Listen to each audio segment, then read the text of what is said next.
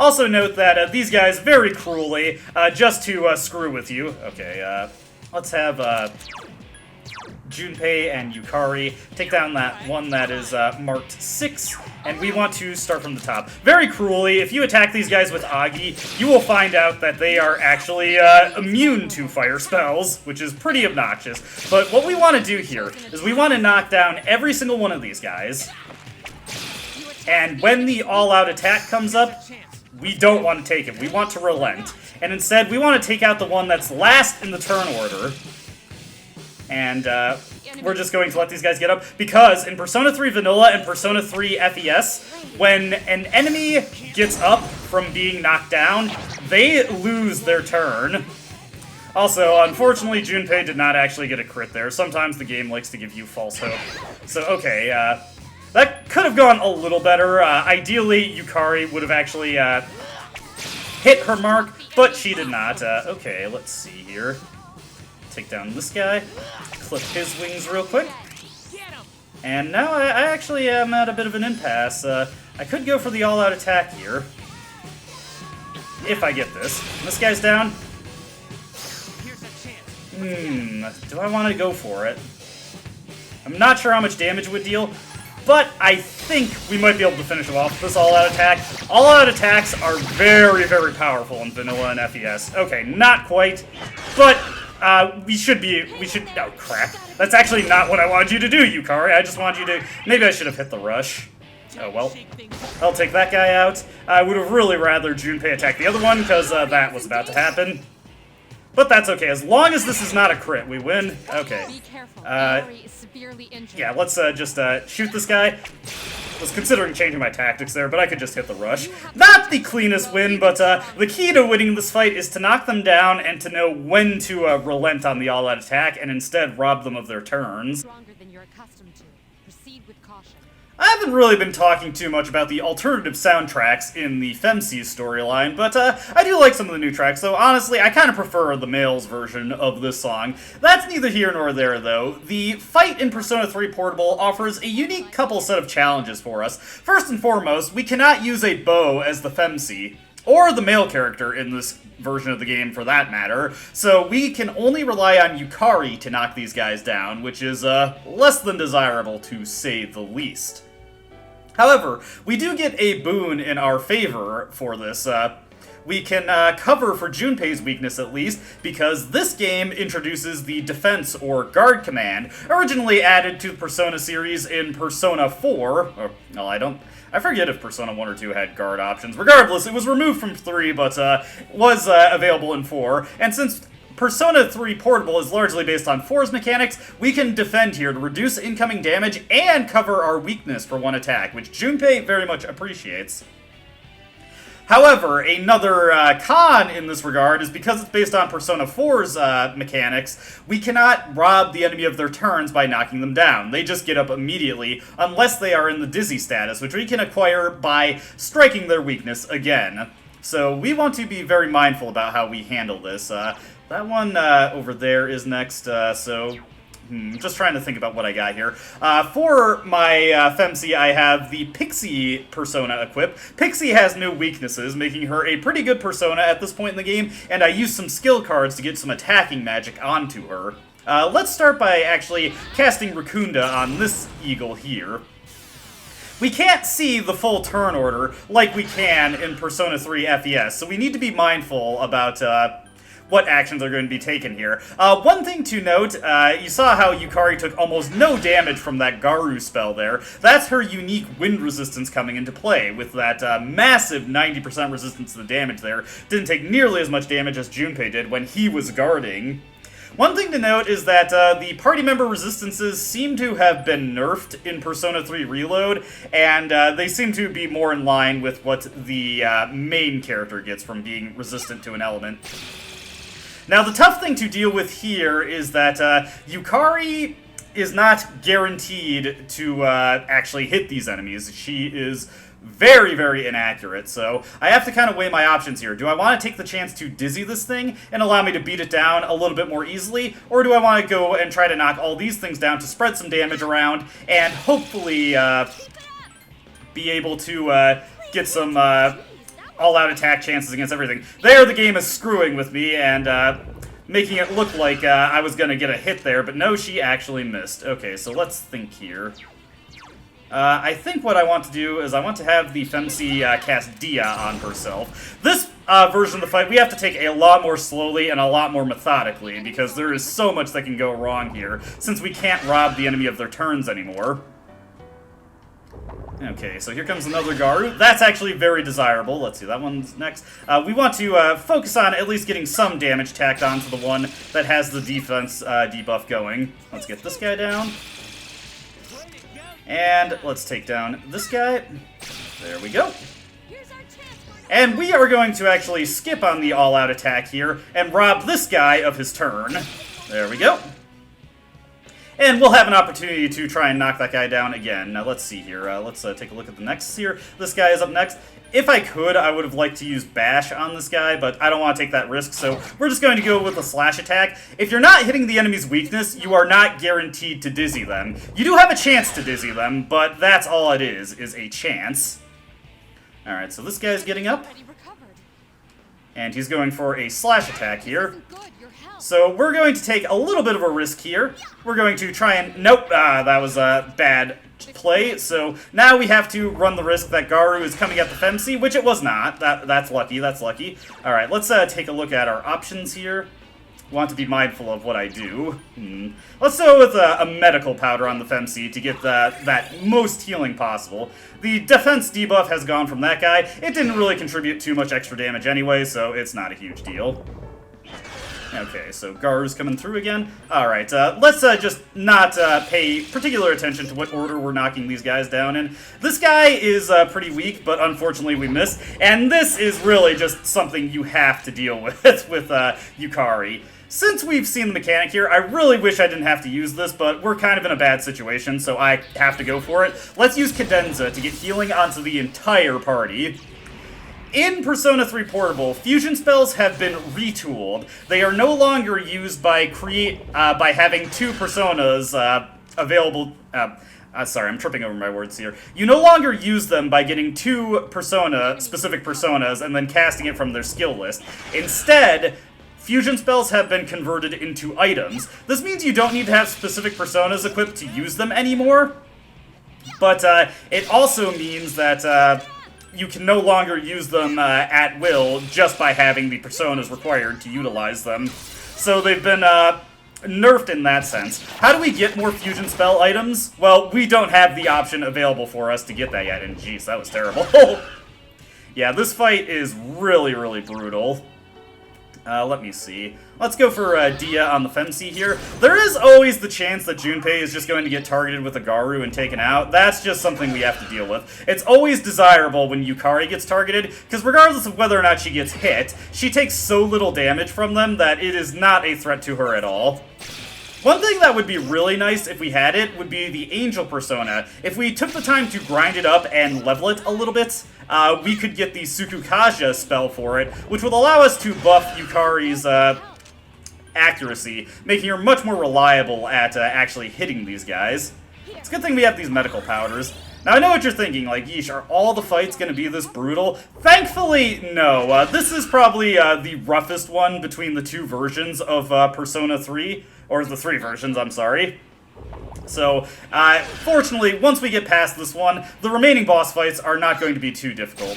Another thing to keep in mind is that at this point in Persona 3 Portable, we get quite a bit more experience compared to Persona 3 FES, so it's a lot easier to just level up repeatedly to get strong enough to deal with this fight a little bit more reliably. Alright, here we go.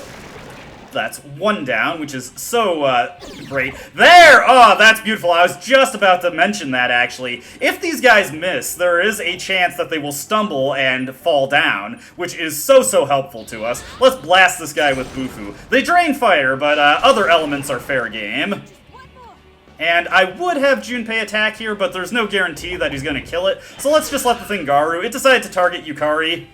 So that was no problem for us. This final attack, all-out attack, should do it. This is one of the worst attempts I've had this boss fight, but it was at least a winning one. Thankfully, the Venus Eagles decided to play nice and not target Junpei. If Junpei did get taken out, I honestly would just let him stay knocked out for this fight, because he's just a huge liability if he's not able to get a guard in. And indeed, if you think these guys look a little different, that's because they are different, and these are Ruthless Ice Ravens. Unlike the Venus Eagles, who drain fire skills, these guys are weak to fire skills, so we can blast them with fire and then easily set them up for an all-out attack. Pretty good, pretty good. Let's go for it. Because, like Portable, we can't engage in a turn-locking strategy, we just want to go for all-out attacks when we have them.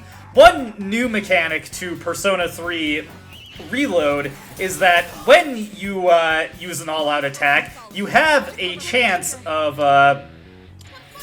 what is this? Blah, blah, blah, blah. You have a chance of dizzying the enemy, much like how if you hit the enemy while they were down with their weakness in Portable, that would also dizzy them. Very nice, because it robs them of their turns. We want to have Junpei use a medicine on himself instead of taking the all-out attack when this Raven gets back up. Oh, never mind. That's unfortunate. We already have some problems arising, but that's okay because we've got revival beads at our disposal.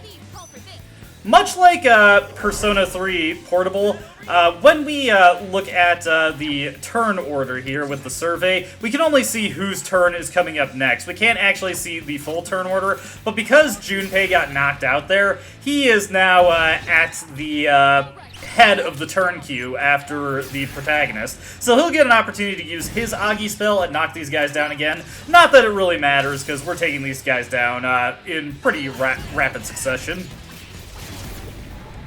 There we go.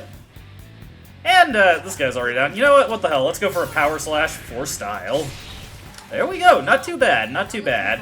Now, one nice thing about every boss fight in Persona 3 Reload is that they divvy out a much greater amount of experience points. In Persona 3 FES and Portable, the EXP payouts for the Tartarus bosses are pretty bad, by and large. Not so in Reload, where they're among the highest EXP payouts in the game. Much like the other, or the standard fixed encounters in Persona 3 FES and Portable. It must be guarding this area. It's strong, so be careful.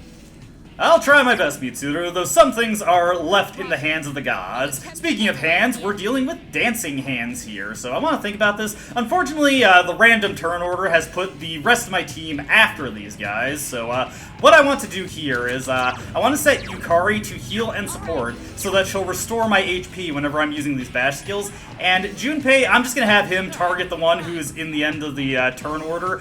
Fortunately, the way I plan to handle this, we shouldn't be dealing with any more than one strike from these guys per turn. What I'm going to do is I'm going to focus on knocking these guys down. As you can see, Aramitama does amazing damage to these guys. So we will knock this guy down. Alright, and regardless of whether or not this guy gets knocked down, the turn has already gone the way I wanted to, so I'm not overly concerned about this. But if he gets knocked down, that's so much the better. There we go. And we're going to cancel this all-out attack. Remember, in Persona 3 on the PS2, enemies need to sacrifice their turn in order to get up from the down status. There is no dizzy status, and they don't get up immediately when down. Remember, this also applies for you. Anyways, let's bash this one at the end of the turn order that I have Junpei targeting. Deal some pretty good damage. You get about like 40% to 50% extra damage when attacking a downed enemy. These guys lose their turns, so they're not too much of a threat. Magaru is pretty unfortunate, actually. Actually, that's very unfortunate. So we're going to get something a little bit interesting here. These dancing hands, their focus is that they do various elemental magics here. There comes Zio. Not a big threat if they target Junpei. Here comes Tentarafu. This panics us, which robs us of our abilities to use skills. Pretty unfortunate that we got hit by that. So let's see. She's going to heal up Junpei. Alright, so now, because we're unable to use skills, I have to think about what I want to do here. Let me think here. We've got Pixie here. Her agility is lower, but she's not weak to anything. So I think what I want to do here... Another option, though. Apsaras. She's not weak to any elements, actually, but I was just thinking maybe I could use Cadenza, but I'm panicked at the moment, so instead, what I'm going to do here is I'm going to err on the side of caution. I'm going to switch to Pixie so I don't have any elemental weakness. I am going to take a bit of an endurance hit here, but that's not a huge deal. And let me see. I'm just thinking about what the smart move to make here. I'm kind of tempted to use my bead chain, but I think I can get away with healing Yukari. And we're just going to see what these guys do and plan our move accordingly. That's perfect! Him targeting Junpei like that. Junpei is going to switch back to just targeting whoever since I didn't reassign his target. But that's not a huge deal at all. He gets a nice heavy strike there. Yes! Perfect! Okay, beautiful, beautiful.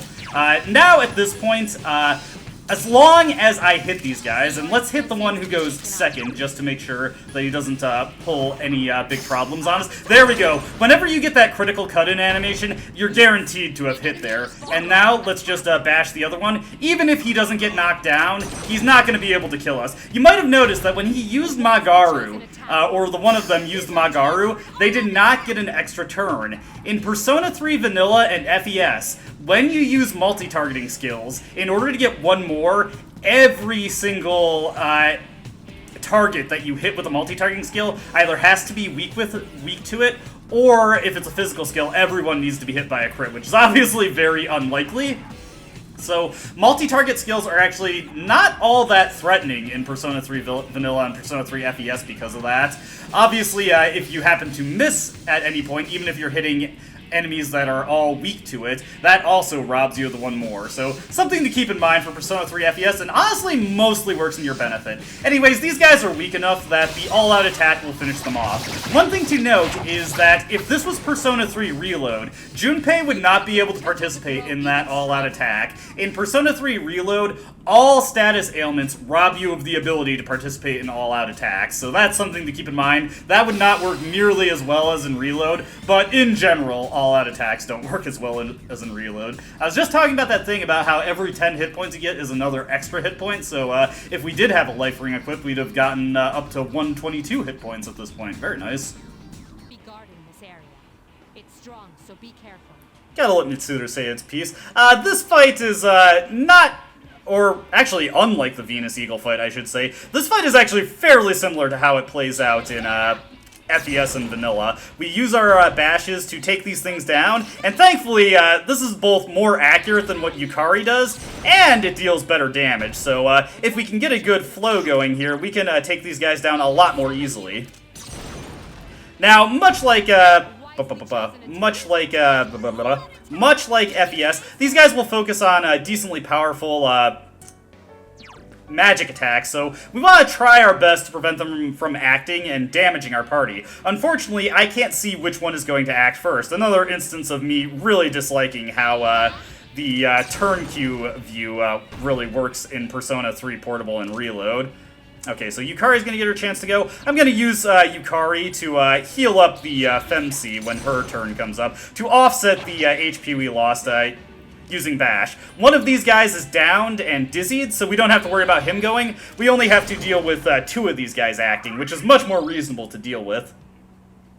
And again, like in the Venus Eagle fight, because we're getting a lot more HP... Ooh, that's unfortunate. This is not good.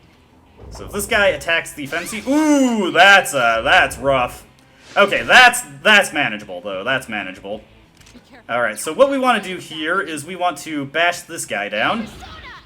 And hopefully I don't miss. A wisely chosen attack. Then we'll bash this guy down over here. It is actually very, very undesirable that Yukari is downed at this point, because she is not going to be able to participate in an all-out attack, meaning that that will be too weak an option to actually deal with these guys. So instead, we want to bash this one that's already dizzied, and then just kill him with Junpei, so that we can... again, only have to deal with a round of two of these guys attacking. Now, I know what you're thinking. That leaves me pretty vulnerable, right? My HP is so low. Well, earlier in the Tartarus trip, we got a bead chain. So what we're going to do here is just use this to fully recover our party. Now I know some of you in the audience are probably absolutely reeling at me doing this, just using a high value healing item this early in the game. Come on, I must be crazy. I should save that for when I really need it. Well, I need it right now, and you get tons of these items in Persona 3 Portable and FES, so if you do not use them, you are gonna lose them. We needed it right now, so that's what I did. Alright, so Yukari has been taken out. That's a little unfortunate, and something we just have to deal with in this fight. It's very difficult to get to this fight without somebody getting taken out. Instead of attacking, we're just going to skip on this one, dizzy this one, to rob it of a turn, and now we only have to deal with one dancing hand attacking us. Incidentally, this is also a good opportunity to get Yukari back in with a revival bead, so we'll throw that on her. Hopefully she doesn't get Zeo'd, but it's not a big deal if that does happen. Alright, so that guy uses Dia. He's a team player there. Not that it's going to help him that much. So, looking at this right now, we're not going to be able to take these guys out with an all-out attack because that Dia came in, so instead we're just going to rob this one of his turn, and again, just keep this little flow going, where we're stopping these guys from using their turns. What I'm going to do here is I'm going to use Dia on the FEMC, just to err on the side of caution here. And I'm actually going to have Junpei here use that Megiddo gem we got earlier. This deals fixed damage, so it's not going to deal any... Oh, wow! Okay, I probably could have won the fight a lot sooner if I'd used that earlier. Okay, but yeah, that deals fixed damage, a fixed 150. Really good luck that I found that. And that ended that fight right there. I could have used that earlier and saved myself a lot of trouble. Just didn't think to, because I'm stupid. It's a difficult opponent, but if the intel is available, I can help you. I can suggest the most effective attack based on the enemy's weakness. But I can only assist like this when we know the enemy's weakness. I'm sorry, but until you can get more information, you'll be on your own. So, this is the mechanic that I was trying to show off earlier, but I kind of bombed out because I was fighting a new enemy. The assist command. By pressing the right bumper, we can have our navigator assist for us by selecting a attack that is effective against the enemy that we're fighting, assuming that we know what is effective. It works as a shortcut to select one of your attacks that targets an enemy's weakness. Take advantage of this shortcut when the enemy's weakness is known. Anyways, we've got the Barbaric Beast Wheel over here, and these guys are just normal magic hands, so we can take care of them no problem. Let's just blast this guy down. And then blast this guy down. I've gotten a bunch of skill cards, so I've customized Orpheus up a little bit so that he has access to multiple magic skills. Now we're just going to start blasting the Beast Wheel with the different attacks that we have until we find something that works on him. Let's make sure, yeah, Junpei's is up next. Here we go. Okay, he's weak to wind skills. Kind of wish I had tried that, but, you know, here's to the could-have-beens. So, let's use an all-out attack here. Like the previous boss fight in Reload, we have the potential to get a dizzy here, which would be nice if it did happen, but it's not critical for it. Anyways, conveniently, Junpei can also strike the weakness here, so we can then pass back around to either Yukari or the main character to hit this guy with Garu again. Since Yukari has the higher magic stat, we'll just have her blast him with Garu. Get that little bit of extra damage there when it matters. Now, like in Portable, sometimes it can be more effective to attack a downed enemy compared to all-out attacking them, because the 50% damage bonus you get from attacking a downed enemy is quite good. But at this point in the game, we really don't have the raw damage that makes that seem that impressive. That bash is pretty terrifying, but nothing we shouldn't be able to handle. In fact, honestly, we can probably blast this guy with Garu and all-out attacks twice, and finish him off before he becomes too much of an issue. Note that if I didn't have the skill cards to give Orpheus Garu, we would easily have, yeah, I think actually it would be better to heal Junpei here. I don't think the all-out attack will finish him off. So let's, instead of going for the all-out attack, we'll just give Junpei a quick heal to top him off. This fight will go on for one turn longer, but we should be fine. So let's go for a bash here. Junpei already having access to more physical attack types in this version of Persona 3. His bash comes through. Unless he gets a crit, that's not really anything that we should be too worried about. Obviously, crits are something that can always happen, but it's not really anything you can account for. It seems means you've attracted the Guardian's attention. Its arcana is the Chariot. Starting things off, we want to scan this boss, the Rampage Drive. Now, I don't know if I've made a big point of drawing attention to this, or if I've even mentioned it at all, if I'm going to be completely honest, but when you scan bosses, you don't get to see their weaknesses or resistances, or their HP for that matter. But in Persona 3 Vanilla and Persona 3 FES, the game does actually subtly slide your party members the resistances and weaknesses of the boss, if they have any, and your party members will react accordingly with that information, which is pretty handy to know. Since we basically have nothing going for us at this turn, what we want to do is hit this guy with Racunda, just to lower his defense. I should have checked the turn order there. If we're lucky, Yukari is going to go before this guy, and she is not. So she's probably going to be in a bit of a bad situation. Doubly bad situation for us because Junpei decided to use a medicine on her. When you enter Tartarus in FES and Vanilla, every party member has their own little supply of items that they'll use in battle when they feel like they need to heal their party. So Yukari is dead last in the turn order, which sucks pretty bad because, as you saw there, Rampage Drive has Mazio, so he can knock down Yukari with that. Now, I'd like to stick to Aramitama if I could, but the sad truth is that this guy is actually resistant to fire spells, but he takes decent damage from Bufu, Garu, honestly even Zio.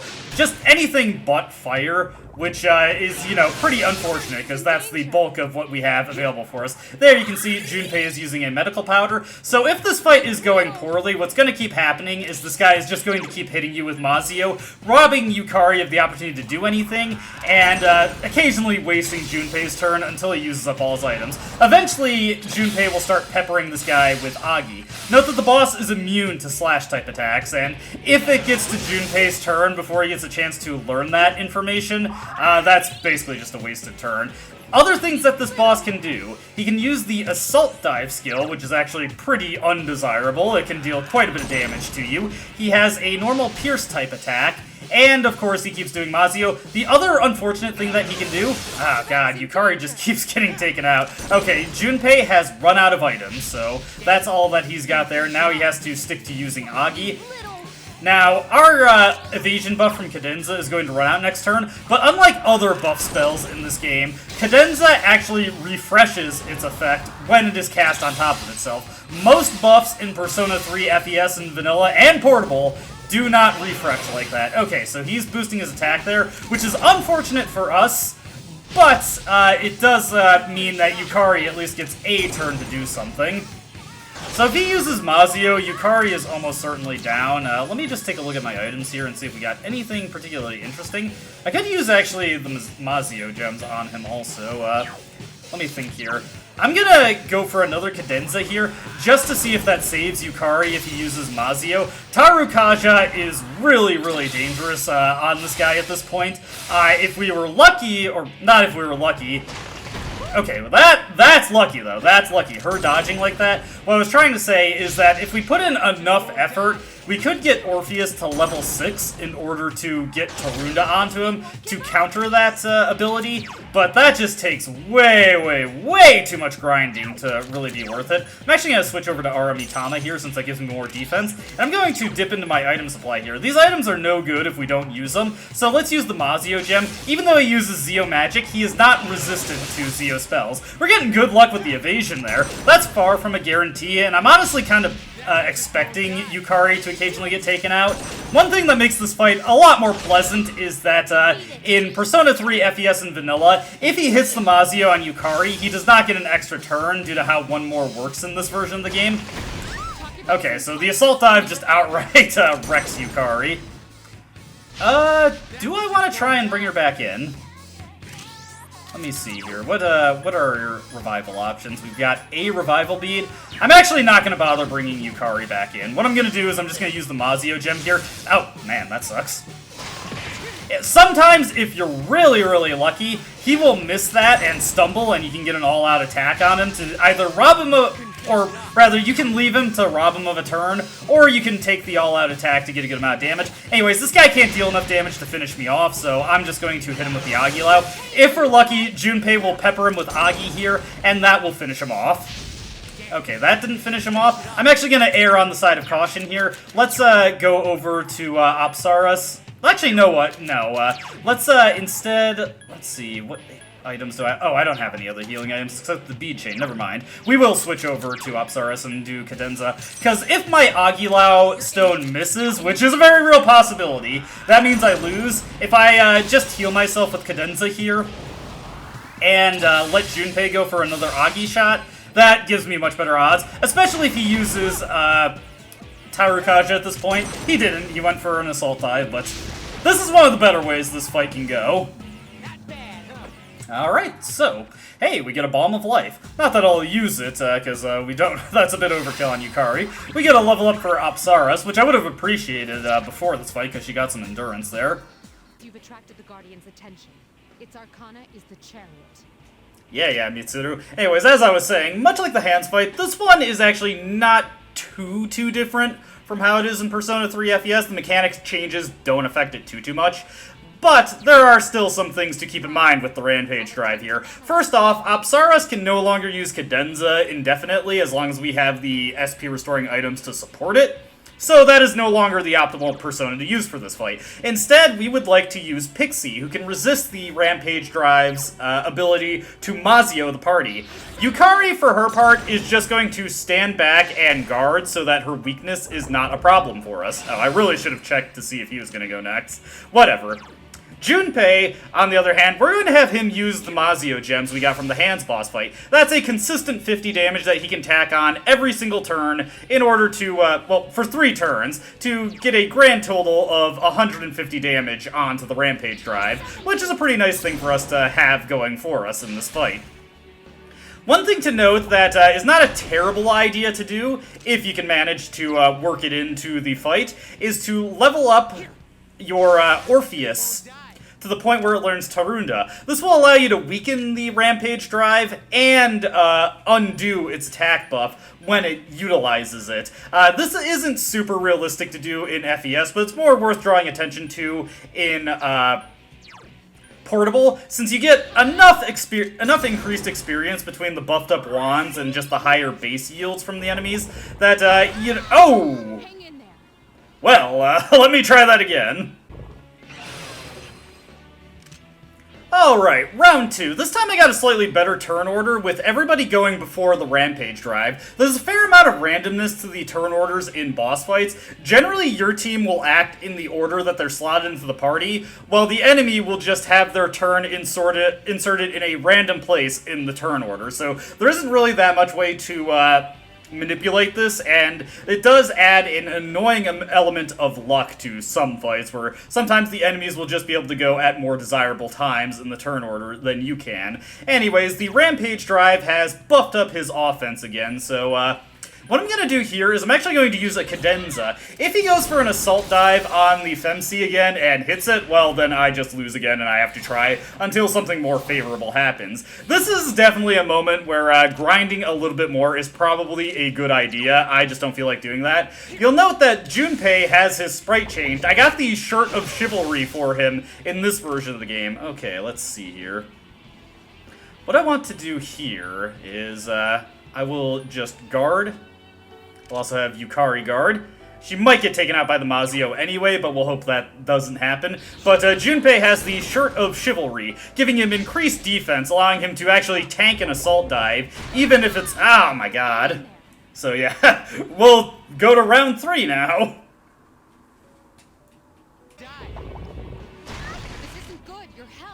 Alright, we're on attempt number 3 here, and I've been having pretty bad luck, well, not bad luck, actually. Actually, I'm doing pretty decent here. He hasn't used Tarukaja yet, but I am in a pretty rough spot when it comes to HP. Let me think. I'm just gonna have to DM myself and let Junpei nickel and dime this guy with, Agi spells. Of course, if he goes for another assault dive and it hits on me, that's, you know, that's just something I'm gonna have to deal with. I might have to grind a little bit, but I'm gonna keep trying to see if I can beat him as I am right now. Ooh, nice. That's actually very lucky. Let's re-up Cadenza here to get the evasion buff going. Unfortunately, because I had to use one Cadenza on the Venus Eagles fight, I only have these two to work with, so if things keep going badly in this fight, I might be in an untenable position and just have to level up more. This is actually one area where this fight is a little bit harder than in FES. I would say it's generally easier, but the fact that I haven't been able to go back to Tatsumi Port Island and Polonia Mall in order to pick up new equipment to increase my defense means that this fight is just much more perilous to deal with. The fact that this guy is also resistant to Junpei's much more powerful physical attacks, and I have to rely on the Wimpy Agi spells, really hurts me here. Luckily, I was able to dodge with Cadenza here, so if we can keep peppering this guy with shots, hopefully I can take him out before he does anything too nasty. Ideally, the next thing he does here is either 2 rounds of Mazio, or, ooh, no! I was hoping he would whiff. Okay, now we're in the worst situation possible. So, now my only recourse here is to keep hitting him with Bufu spells and hope I win. Hopefully he does something stupid. Nope, I lose. Hang in. Damn, I couldn't finish it up.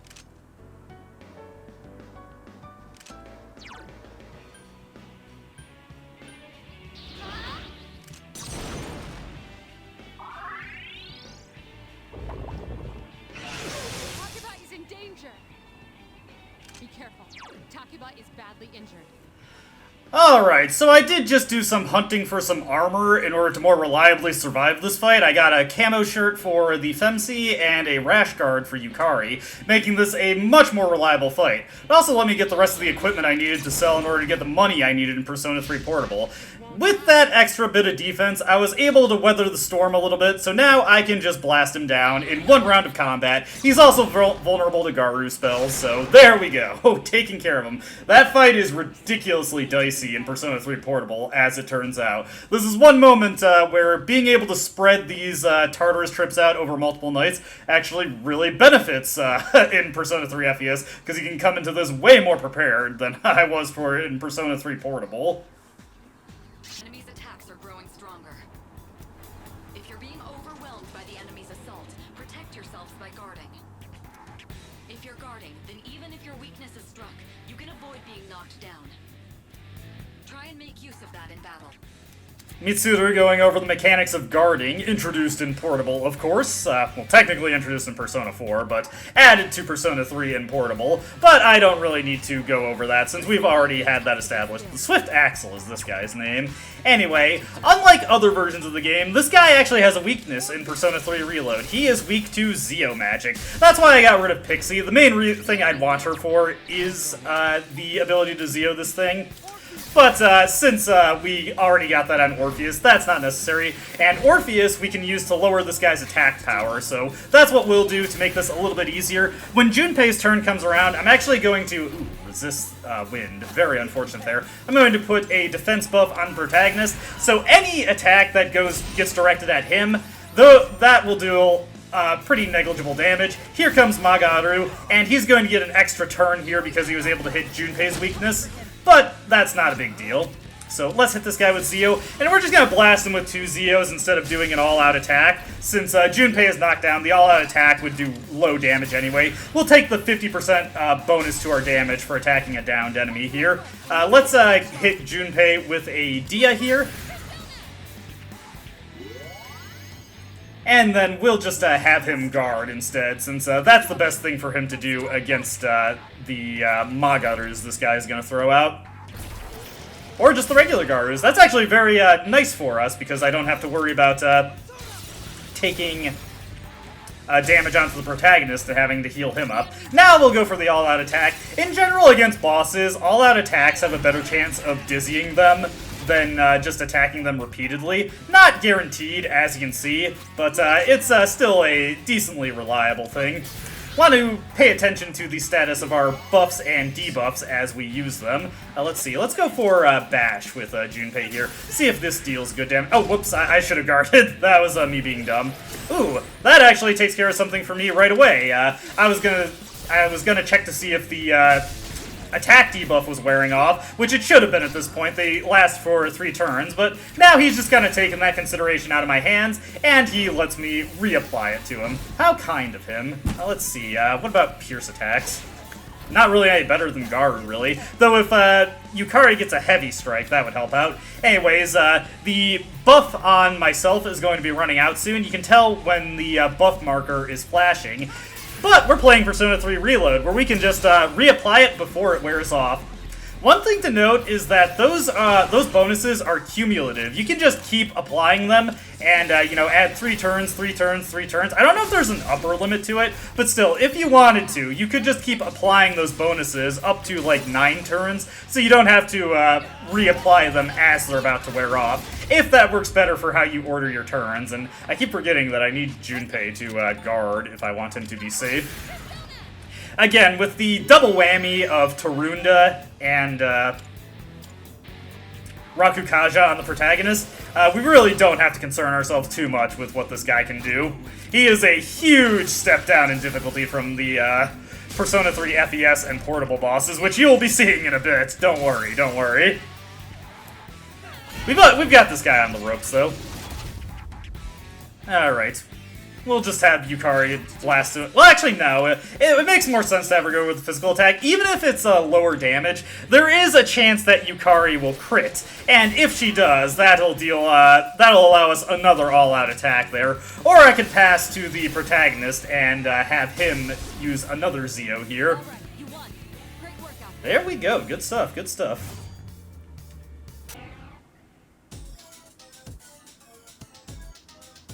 Alright, time to take the Priestess down in FES. I ended up losing like a minute because I ran into some Cupids who kept garuing me down, so well, this might end up being a little bit tighter than it usually is for me, but it shouldn't be too big of a deal. Now, the Priestess does much less damage in this version of the game, so I'm not really concerned about keeping Tarunda up on her, and I don't even think I have it in this version of the game, actually, so that would be a non-starter either way. But as you can see, we deal way, way more damage to her. I'll probably scan her just to get her stats on the board for the heck of it, but she really is not that threatening. Let me see here. We got 2 Muttering Tiaras here. I forget if these guys are weak to anything. Okay, so that one is immune to fire. Hopefully we can take these guys out, no problem. Oh crap. If we're lucky, Junpei would get a crit, but he did not, so we are not lucky there. Okay, so they're pretty resistant to a lot of things, but they use their own fire magic. The Priestess, as you can see, just repels ice skills, so she's not that big of a threat. Here comes a Bufu, which is something we don't have to worry too much about. I'm actually going to put Yukari onto healing here, just to keep ourselves topped off there, while we try to take down these Muttering Tiaras to simplify the flow of battle. Okay, so that one was able to resist that damage pretty well, but that inspires Junpei to target it. Oh, jeez. This is actually going to be a pretty interesting fight. It's going pretty poorly for me. Pulimpa. That is actually not a terribly threatening status effect in this game. Going for a slash attack there. Nothing bad happened to us there. Pierce attack from the Priestess. She hits pretty hard, but nothing I'm overly concerned about. Let's bash down that other Muttering Tiara. Get out of the way. Once these guys are out of the picture, we can just focus on the Tiara on her lonesome. Junpei decides to use up one of his stocks of medical powders on himself, which is something I'd rather he not do, but it's not a big deal. Okay, slash attack from the Muttering Tiara. Defense reverted on the Priestess, but we can just, actually, you know what? I'm going to, change it up a little bit here. Now that we've only got the 1 Muttering Tiara, let's focus on the Priestess, let's get the Rakunda back onto her, and, Yukari should heal up Junpei, since she has the relatively greater amount of HP remaining. Alright, let's focus on her.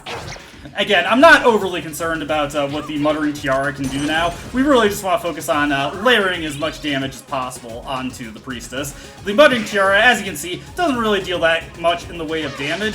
Okay, and what I'm going to do here now is I'm going to assign the target of the Priestess to Yukari, and I'm going to whip out, let me see, Orpheus here, and we're going to use Cadenza to heal ourselves up. This is the only form of multi-targeting healing we have in this version of the game, so we have to keep this option in mind, and this is why I wanted to keep Orpheus in tow. Remember, at this stage of the game, we don't have the compendium, so if I fuse off Orpheus, we can't get him back. A little bit of an unfortunate miss from Junpei there, but nothing that should affect us too adversely. As long as we keep up the pressure with Yukari and Junpei, Muttering Tiara healing the Priestess there is a little unfortunate, but it shouldn't be that big a deal.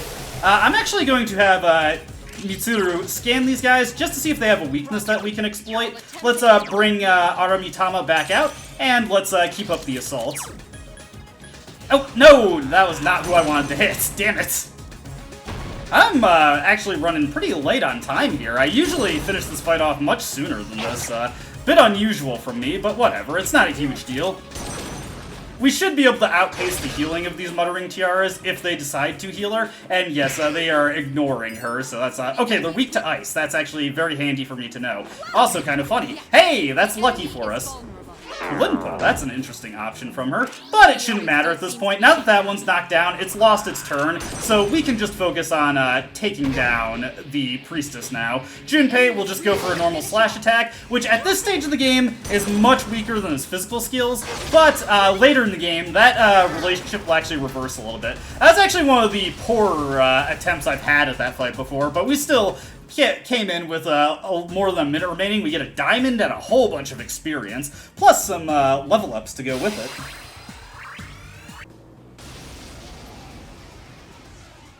And now for the fight in Persona 3 Portable. Though honestly, this one is not going to be super interesting, because we are a lot stronger in Portable than we are in FES, and since I'm doing this one last, I fully understand how the fight works now, so we should have this pretty under wraps. One notable thing that is going to be much different in this version is that Yukari has access to the Wind Bracers at this point, giving her an extra 25% to her damage. Yeah, as you can see, Priestess is not looking so hot here. We're already kind of bodying her. I've also got a lot more time to work with, and in general, Persona 3 Portable plays a bit faster than FES, so the time limit is really not much of a factor here. I'm going to knock down both of these guys, and then I'm going to kill one of them with a follow-up Bufu spell. Unlike Persona 3 FES, where if I was playing that fight a bit more smartly, I would be knocking them down but not killing them, so that I would just be robbing them of their turn, essentially removing them from the fight, but disallowing Priestess from summoning more of them. But we're just gonna do it this way. Once again, freeze doesn't really seem to do anything that helpful in this version of the game, so I wouldn't even really consider it much of a factor. We should actually be able to finish off the Priestess this turn, depending on what the Tiara does. It decided to heal itself and be selfish, so the Priestess is going to die. Let's see here. Do we have a Patra Gem? Yes, we do. Eventually, I'm going to buy some status cures from the pharmacy, just a handful of every single status cure in the game, so that I can more reliably cover for that, and geez, I am having terrible luck. You don't usually miss this much with magic. So, unfortunately, the Priestess gonna get a little bit of healing, but it really is not going to help. Oh my god! Well... Okay, this fight's gonna go on a little bit longer.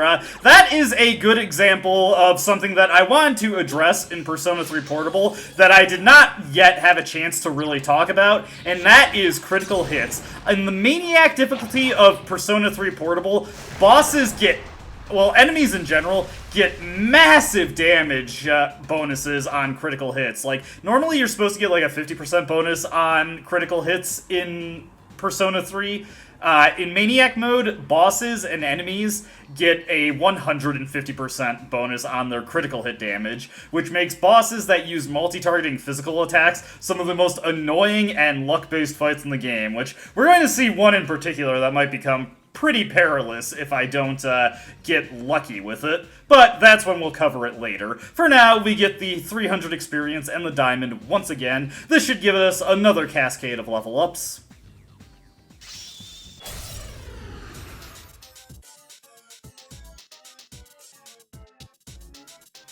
I've never seen one this big before, but there's no time. We have to end this now. Now in Reload, our countdown to the crash begins now, but we've got a super generous 30 minutes to work with. There's absolutely no way this fight could take us that much time, so let's get to work. As I said previously, we want to keep the boss's offensive capabilities to a minimum, so we'll want to keep Tarunda going on her at all times. This is less critical in the PS2 and PSP version of the game, where she doesn't really hit as hard, so I'm not overly concerned about keeping her offense to a minimum. Ooh. pretty nasty damage there on the protagonist, but we just need to switch to a more powerful and ideally more durable persona. Let's see here. Onmaraki is a little bit stronger and has the same endurance as, oh, and he has Tarunda. You know what? I should probably, oh wait, hold on. Is he weak to ice? No, he's not. Okay. I was just keeping track of that, so let's hit this Priestess with Garu. I do need to be a little bit faster in my decision-making there, so I'm probably going to be mashing through a lot of these menus very quickly. We do want to undo a little bit of that damage there, since I got hit pretty hard. Junpei's got a pretty simple game plan going here. He's just going to keep hitting the boss with Power Slash over and over and over. Invitation to Chaos? What the? Monorail is starting to shake.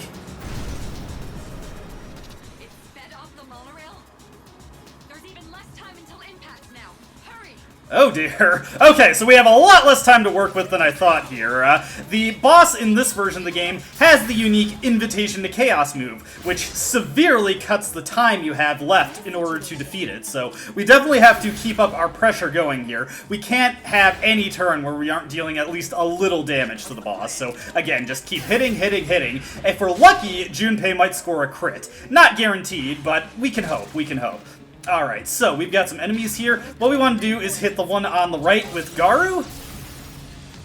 Take that out, no problem. And then we want to hit the one on the left with either a slash attack or a fire attack. There we go. Let's hit this one again with another slash attack. We will have Yukari, Garu, the one on the right. Take that one out, no problem. Uh-oh. I did make a slight mistake there. I should have used Tarunda on the boss. Let me see here. We'll just hit this one to take it out. Let's see what she does here. Her attack's reverted.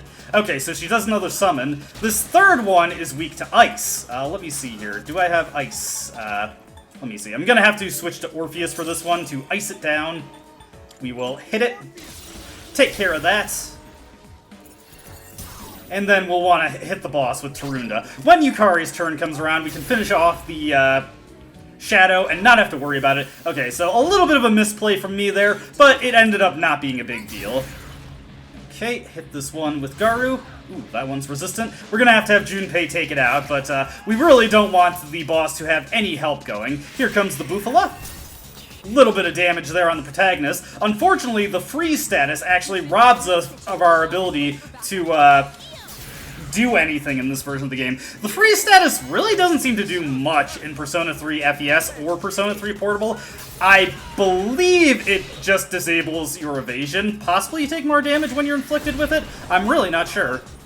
Okay, so little unfortunate there, but nothing too bad. So let's switch back over to Onmaraki.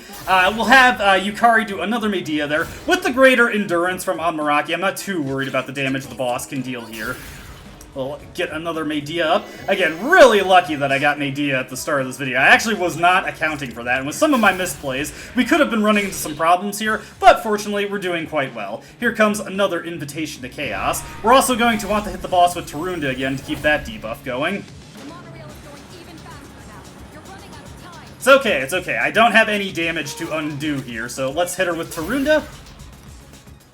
And then I think next turn I might actually get Rakunda going on her in order to up the damage that me and Junpei are dealing to her.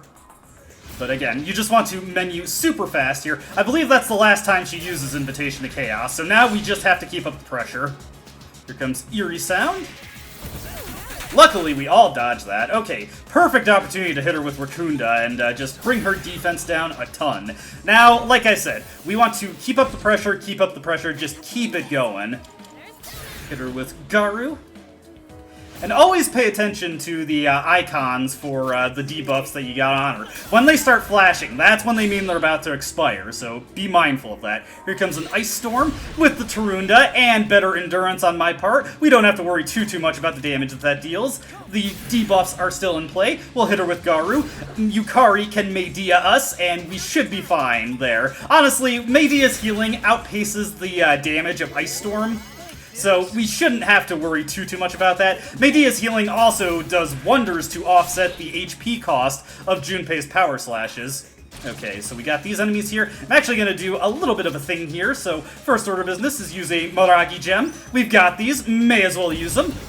Oh, I could have sworn that one must be the ice-resistant one. Luckily, we do know this one is, or the ice-weak one. Okay, so she pulled that one out a little bit randomly there. Let's see. Got her. Okay. We're actually just gonna have to let that one persist for a little bit, but it shouldn't be a big deal. Hit her with another power slash. If we were really lucky, Junpei would get a crit there. Here comes Koha. Ooh, that's a... Oh, no, that's a disaster. How could this happen? I did not know that would happen. Whoops.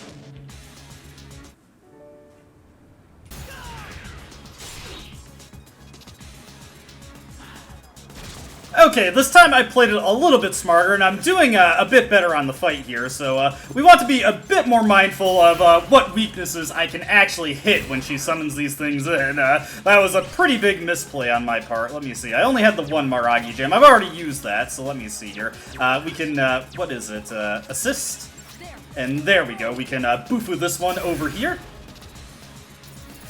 And since that one has access to the light spells, we better just whack it, take it out. Bag it up, throw it out in the trash. We'll have Yukari use a Garu here, and then we'll have Junpei just hit with another power slash. The defense debuff should be going down this turn, but that's not a big deal, because I can just cast that at the start of my next turn. Here comes the Ice Storm. As long as we have the Tarunda in effect, that is just not a big deal at all. Speaking of debuffs, actually, I think Tarunda is about to expire, so we're going to do a little bit less damage going forward, but we've weakened her enough that it's not going to matter too much, but we absolutely need to keep that attack drop going if we want to stay on top of her damage. I think at this point, it would just be prudent for me to have Yukari just keep spamming Medea, and then have Junpei and the protagonist keep working on keeping the damage coming out. Luckily, she can't really do much to us in terms of her own damage at this point. Freezing us would be a little bit unfortunate, but that should not be a huge concern. We will now throw out our own power slashes since, ooh, that's actually quite weak. Not a big deal, though. Junpei, he's the man. He can keep up the pressure. It's worth noting, you'll notice that we have Bash in our moveset. The different Tier 1 physical moves aren't actually any degree of power better or worse than each other. They just hit different elements. But there we go. Boss defeated, and we got the High Priestess Tarot card, so interesting stuff obtained there. I have to wonder what that does. I am quite embarrassed that I died there, but I did not know that that thing had Koha spells, and I just so happened to have a persona that was weak to that. Whoops. I don't dispute the doubts you've outlined, but it's my right to waste your time.